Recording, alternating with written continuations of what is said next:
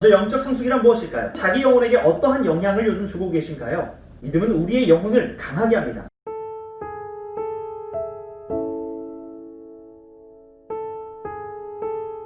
안녕하세요. 자라가다라는 첫 번째 강의가 시작되었습니다. 여러분과 함께 성숙한 그리스도인의 영적 기초라는 책을 통해서 믿음으로 살아가는 생활이 어떤 방향으로 가야 할지를 살피고 우리 자신을 성숙한 그리스도인으로 함께 만들어 가려고 합니다.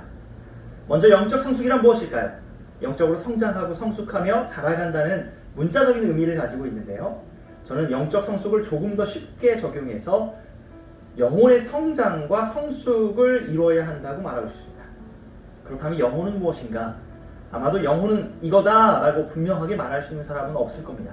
다만 우리의 손으로 만지고 느끼는 몸과는 다르게 우리의 마음이나 생각을 담고 있는 정신체계가 아닐까, 이게 영혼이 아닐까 생각되는데요. 성경에서는 영과 혼을 호흡이나 생명이라는 의미를 가지고 우리의 몸과 함께 사람을 구성하는 요소로서 설명합니다.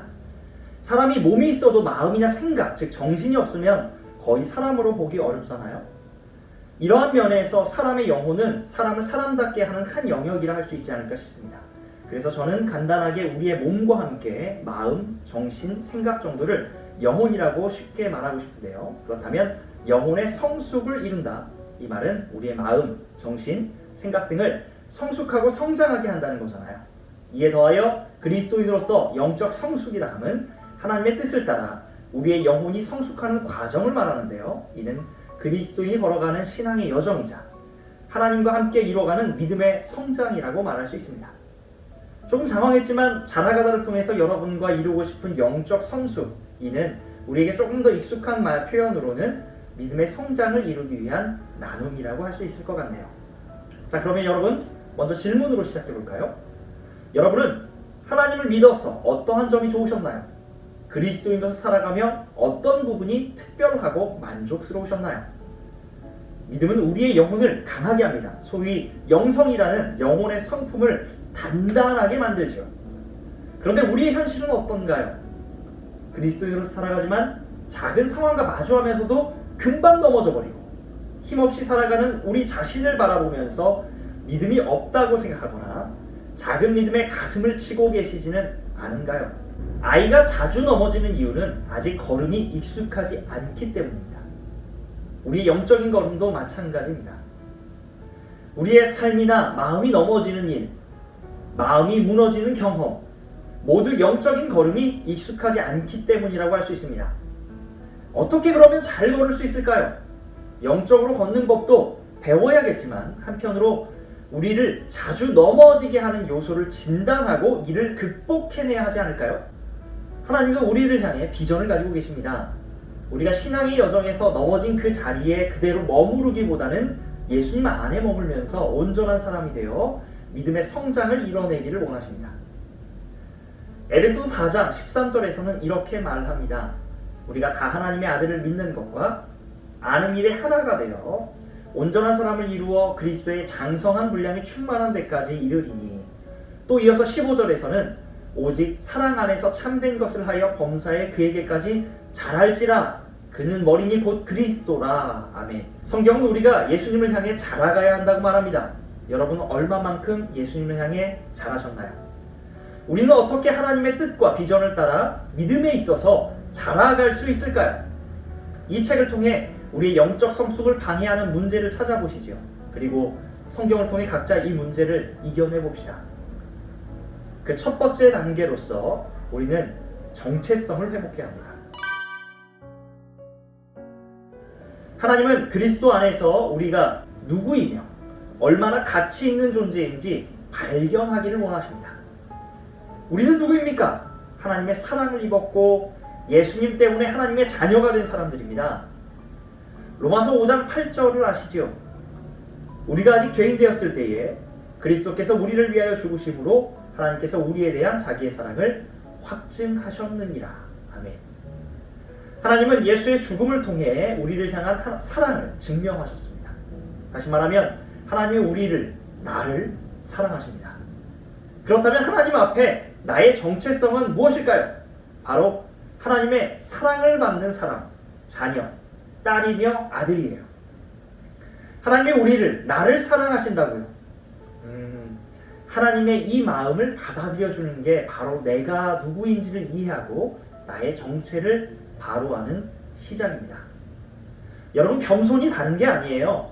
저자는 책에서 이러한 말을 하더라고요.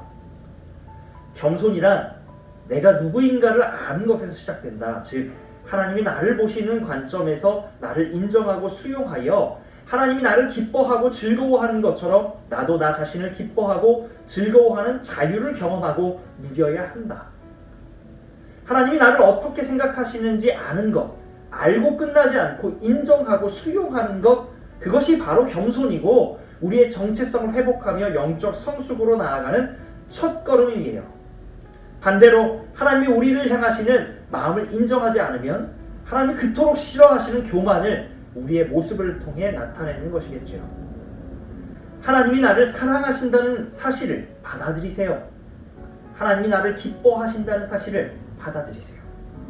사랑받고 있는 나를 만족하면서 기쁨이 되는 나를 생각하면서 함께 하나님과 함께 즐거워하세요. 저를 따라서 함께 고백해 볼까요? 하나님이 나를 사랑해. 나 사랑받고 있어. 하나님이 나를 기뻐해. 내가 기쁨이 되고 있어. 이렇게 우리가 정체성을 회복하면서 일어나는 다음 걸음이 있어요. 영적 성숙을 위한 두 번째 단계, 상처받은 내면을 치유해야 합니다. 우리 내면의 상처는 왜 생기나요? 근본적으로는 하나님을 떠나 있기 때문에 정체성을 잃어버렸기 때문이에요. 그렇다면 어떻게 우리는 이 상처를 치료해야 할까요?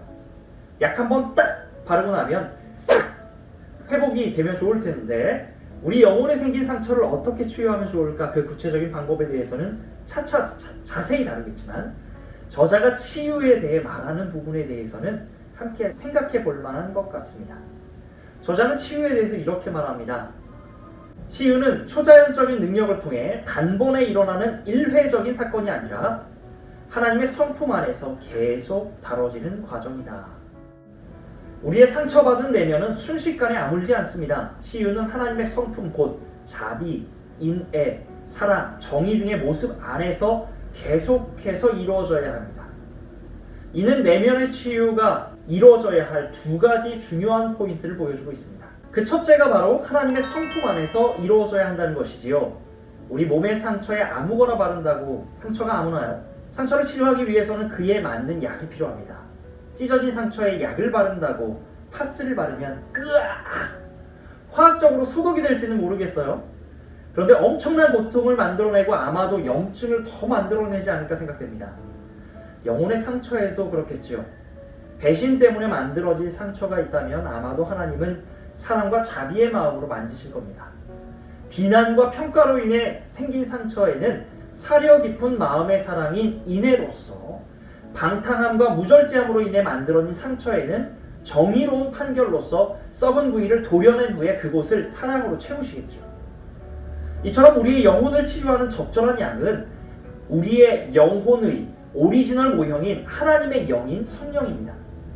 그의 영광의 풍성함을 따라 그의 성령으로 말미암아 너희 속사람을 능력으로 강건하게 하시며, 우리의 속사람, 내면을 어떻게 강하게 하실까요? 힘을 잃고 무너진 내면을 어떻게 강건하게 하실까? 흙으로 빚은 사람에게 바람을 불어넣으셨던 것처럼 거룩한 영을 우리 안에 불어넣으셔서 우리를 회복하십니다. 이게 하나님께서 자기 모습을 따라 만드신 사람의 본래 모습이거든요. 오리지널 이미지요. 하나님이 사람에 대해 만드신 계획이 있잖아요. 세우신 계획이 있잖아요. 그런데 그게 스크래치가 생겨서 망가졌으니까 하나님은 어떤 마음이실까요? 다시 회복하고 싶으시겠죠. 오리지널 이미지, 곧 원형으로요. 때문에 하나님은 우리를 치유하고자 하시는 아주 적극적인 마음을 가지고 계시겠죠. 저자도 하나님께서 우리를 치유하시려는 목적을 가지고 있으시다고 말합니다. 그리고 치유를 위해 하시는 하나님의 방법은 내면의 치유를 위한 두 번째 포인트예요. 바로 치유는 계속해서 다뤄져야 하는 과정이라는 것입니다. 치유는 한 방에 이루어지지 않고 서서히 계속해서 이루어져야 해요. 때문에 하나님의 영이신 성령님이 우리의 내적 상처에 가장 적합한 약이라면 약을 한 번 바르고 땡이 아니라 계속 발라야 해요. 많이 바른다고 낫지 않아요? 시간을 가지고 차분히 계속해서 발라야 해요. 이에 저자는 이렇게 계속적인 치유 과정에 대해서 성숙한 사람이 되기 위한 길을 평생 하나님과 친밀하게 동행하는 삶으로 제안하고, 평생에 걸친 하나님과의 동행하는 일이 곧 우리를 치유하시려는 하나님의 목적임을 말하고 있습니다. 이처럼 우리는 먼저 하나님의 성품에 우리를 접촉하고 이를 하나님과의 동행으로 계속해가면서 우리의 내면을 치유해 가야 합니다. 그리고 이루어지는 영적 성숙의 세 번째 단계, 바로 영성을 회복하는 일입니다. 헨리 나우에는 말하죠. 진정한 영성이란 우리가 내면에서 일어나는 움직임에 대해서 얼마나 민감하게 인식하고 있는가에 따라 결정된다. 영성은 우리 내면에 어떠한 변화가 일어나는지 얼마나 민감하게 반응하느냐에 따라서 그의 성질이 달라진다고 하고 있어요. 저는 여기서 우리의 영혼의 성질을 형성하는데 우리에게 굉장히 중요한 결단이 필요하다고 생각합니다. 그것은 바로 우리의 영혼에 영향을 주는 방향을 선택하는 것이에요. 여러분에게 묻고 싶은데, 여러분은 자기 영혼에게 어떠한 영향을 요즘 주고 계신가요? 좋은 영향, 나쁜 영향, 선한 영향, 악한 영향? 당연히 좋고 선한 영향을 주고 싶겠죠. 그렇다면 어떻게 우리의 영혼에 선한 영향력을 줄 것인가? 이는 선한 일에 우리의 영혼을 더 많이 민감하게 만들고 더 많이 접촉시키면서 이루어지지 않을까요? 성경은 하나님이 선하시다고, 하나님에 관한 많은 것들이 선하다고 하는데요. 그렇다면 우리의 영혼을 위해 이번 한 주간 선한 일을 하루에 하나씩 해주면 어떨까요?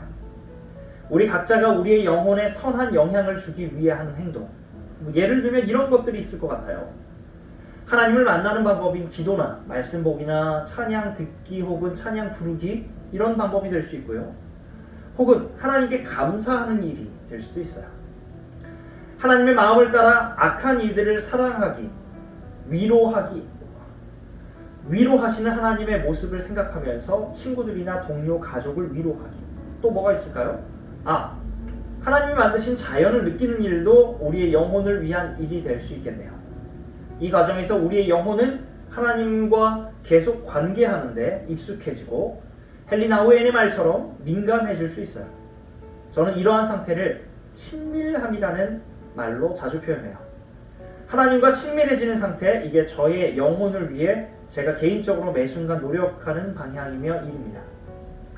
이 과정에서 우리의 영혼의 성질인 영성은 우리를 하나님에게 익숙하고 친밀하게 하면서 우리를 하나님의 형상 곧 하나님의 모습을 나타내게 하겠지요.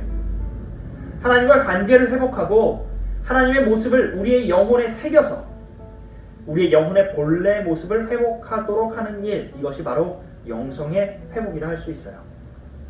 이렇게 정체성, 신분을 회복하고 상처받은 내면을 치유하고 영성을, 하나님과의 관계를 회복하는 이러한 영적 성숙의 세 단계를 밟아가다 보면 이 걸음들은 세상에서 살아가고 있는 나를 분명하게 알게 할 뿐만 아니라 그동안 나 자신을 무너뜨리는 약점이자 연약함이라고 생각했던 모습들을 극복하게 하고요. 하나님과 친밀한 관계 속에서 그분의 모습을 닮아가고 점점 예수님의 모습을 나타내는 사람으로 만들 겁니다. 저자는 이러한 변화를 4단계에 나누어 설명하고 있어요. 영적 갓난아이, 영적 어린아이, 영적 청년, 영적 어른이요. 다음 시간부터는 이 4가지 단계의 영적 특징을 조금 더 바라보고요. 우리의 모습을 진단하면서 우리가 어떤 방향으로 성숙을 준비할 수 있을지 더 깊이 알아보기로 하겠습니다. 오늘은 여기까지 하고요. 여러분 고맙습니다. 안녕!